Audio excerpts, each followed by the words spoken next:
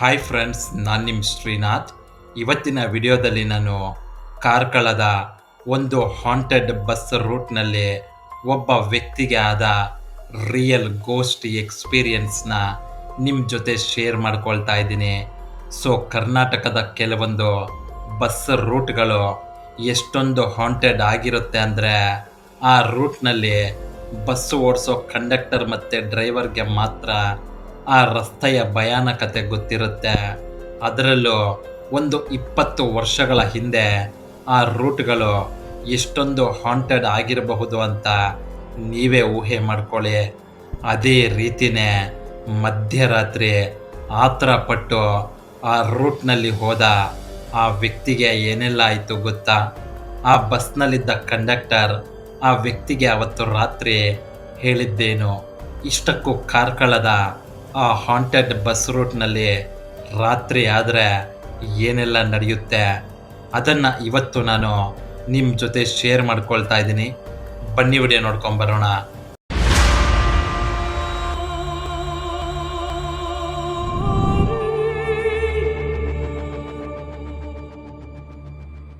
So ಕಾರ್ಕಳದ ಆ ಒಂದು haunted bus ರೂಟ್ನಲ್ಲಿ real ghost ಎಕ್ಸ್ಪೀರಿಯನ್ಸ್ನ ಪಡ್ಕೊಂಡ ಆ ಪ್ಯಾಸೆಂಜರ್ನ ಹೆಸರು ವಿಷ್ಣು.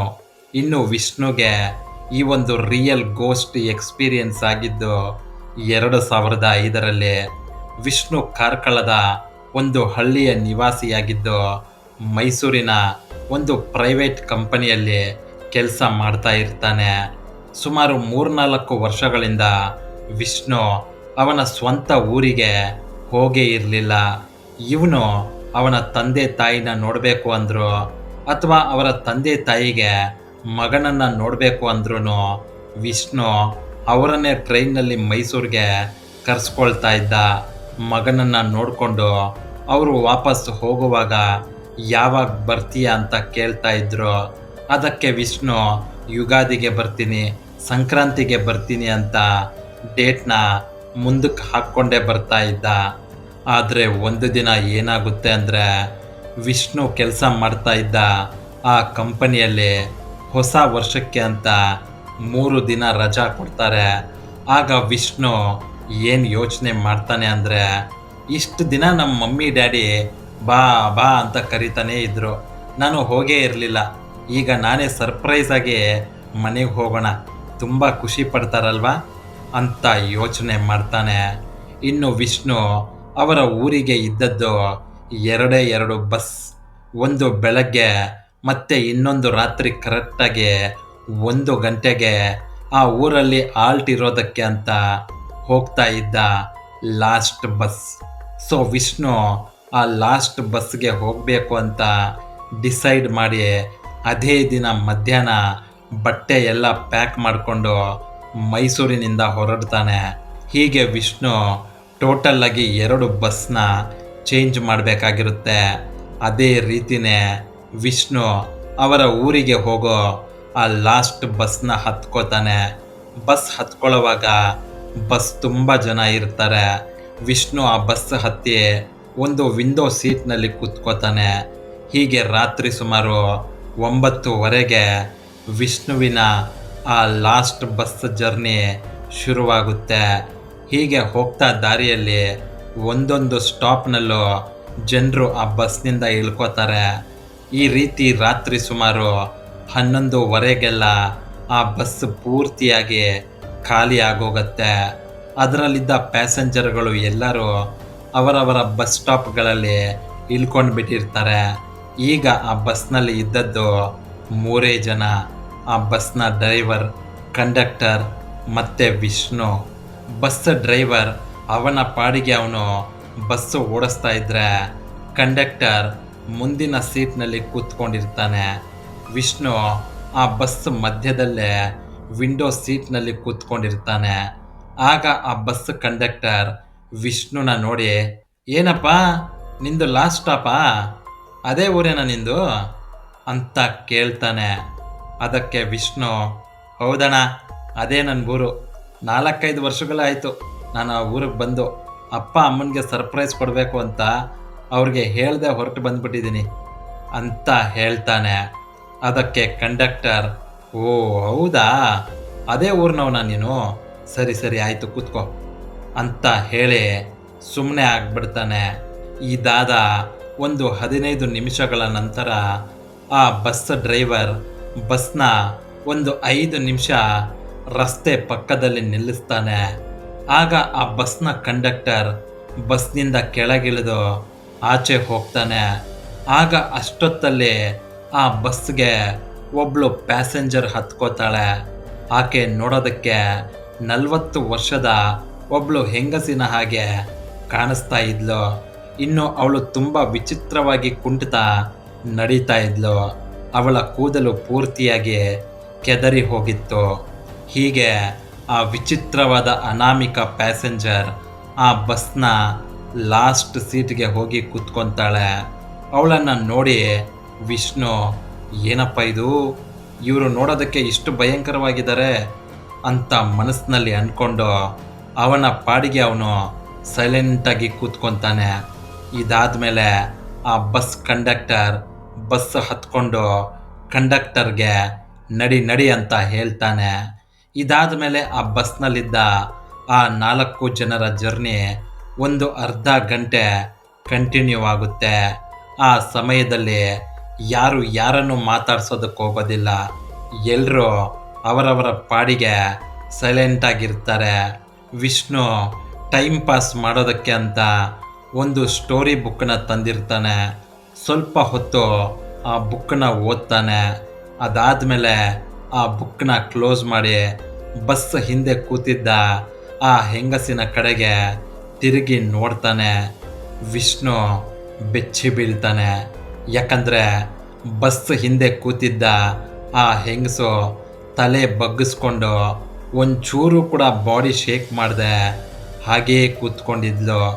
ಅದನ್ನು ನೋಡಿ ವಿಷ್ಣು, ಏನಪ್ಪ ಇದು, ಬಸ್ಸು ಇಷ್ಟೊಂದು ಶೇಕ್ ಆಗ್ತಾ ಇದ್ರು, ಆ ಅಮ್ಮ ಮಾತ್ರ ಒಂಚೂರು ಶೇಕ್ ಆಗ್ತಾ ಇಲ್ವಲ್ಲ, ಅಯ್ಯೋ ನಮ್ಗ್ಯಾಕೆ ಬಂತು ಅಂತ ಹೇಳಿ ಮತ್ತೆ ಮುಂದೆ ತಿರ್ಕೊಂಡು ಸುಮ್ಮನೆ ಆಗ್ಬಿಡ್ತಾನೆ. ಇದಾದ ಒಂದು 15 ನಿಮಿಷಕ್ಕೆಲ್ಲ ಆ ಲಾಸ್ಟ್ ಬಸ್ ಒಂದು ಊರಿನ ಸ್ಟಾಪ್ ಹತ್ರ ನಿಂತ್ಕೊಳ್ಳುತ್ತೆ. ಆಗ ಡ್ರೈವರ್ ವಿಷ್ಣು ಹತ್ರ ಬಂದು, ನೋಡಪ್ಪ, ಇವತ್ತು ಬಸ್ ಇಲ್ಲಿಗೆ ಲಾಸ್ಟ್ ಬರೋದು, ನೀನು ಇಲ್ಲೇ ಇಳ್ಕೊಂಡು ನಡ್ಕೊಂಡು ಹೋಗಬೇಕು ಅಂತ ಹೇಳ್ತಾನೆ.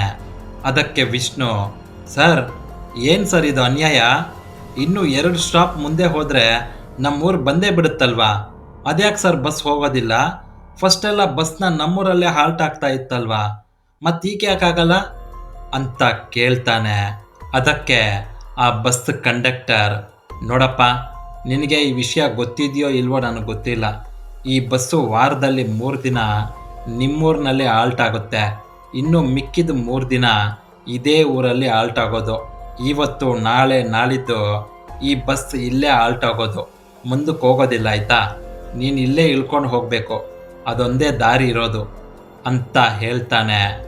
ಆಗ ವಿಷ್ಣು ಕೋಪದಲ್ಲಿ, ಆಯಿತು ಬಿಡಿ ಸರ್, ಇಳ್ಕೊಂಡು ನಡ್ಕೊಂಡೇ ಹೋಗ್ತೀನಿ ಬಿಡಿ, ಏನು ಭಯನಾ, ನಾನೇನು ಗಂಡಸಲ್ವಾ, ನಾನೇನೋ ಸರಿ ಆಯಿತು, ಪಾಪ ಆ ಒಂಟಿ ಹೆಂಗಸು ಅವ್ರೇನು ಮಾಡ್ತಾರೆ, ಇಷ್ಟೊತ್ತಲ್ಲಿ ಅವರು ಕೂಡ ಅವ್ರ ಮನೆಗೆ ಹೇಗೆ ಹೋಗ್ತಾರೆ, ಅವರು ಕೂಡ ನಂತರನೇ ನಡ್ಕೊಂಡು ಹೋಗಬೇಕಾ ಅಂತ ಹೇಳಿ ಆ ಹೆಂಗಸು ಕೂತಿದ್ದ ಕಡೆಗೆ ಕೈ ಎತ್ತಿ ತೋರಿಸ್ತಾನೆ.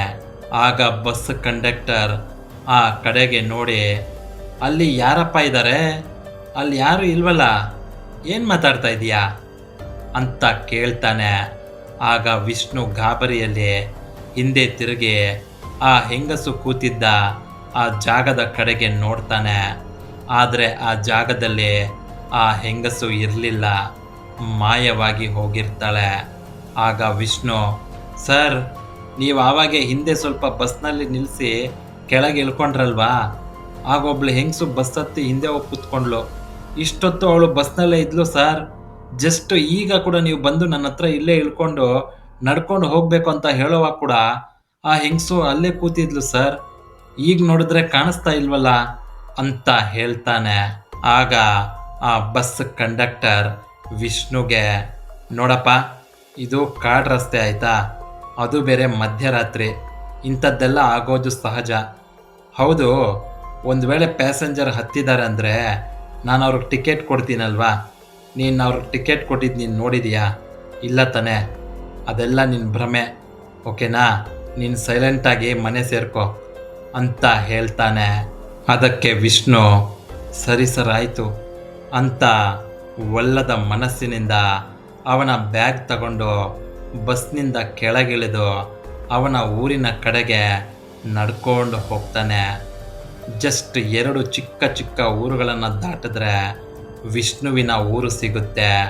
ಹೀಗೆ ವಿಷ್ಣು ಅವನ ಪಾಡಿಗೆ ಅವನು ಆ ರಸ್ತೆಯಲ್ಲಿ ನಡ್ಕೊಂಡು ಹೋಗ್ತಾ ಇರ್ತಾನೆ. ಅಷ್ಟೊತ್ತಲ್ಲಿ ಆ ಮಧ್ಯರಾತ್ರಿಲಿ ಅಲ್ಲಿ ಯಾರೂ ಓಡಾಡ್ತಾ ಇರೋದಿಲ್ಲ. ಹೀಗೆ ವಿಷ್ಣು ಆ ರಸ್ತೆಯಲ್ಲಿ ನಡ್ಕೊಂಡು ಹೋಗ್ತಾ ಇರೋವಾಗ ಇದ್ದಕ್ಕಿದ್ದ ಹಾಗೆ ವಿಷ್ಣುಗೆ ಯಾಕೋ ಯಾರೋ ಅವನನ್ನು ಫಾಲೋ ಮಾಡಿಕೊಂಡು ಹಿಂದೆನೇ ಬರ್ತಾ ಇದ್ದಾರೆ ಅಂತ ಅನ್ನಿಸೋದಕ್ಕೆ ಶುರುವಾಗುತ್ತೆ. ವಿಷ್ಣು ಆಗಾಗ ಭಯದಲ್ಲಿ ಹಿಂದೆ ತಿರುಗಿ ನೋಡ್ತಾನೆ ಇರ್ತಾನೆ.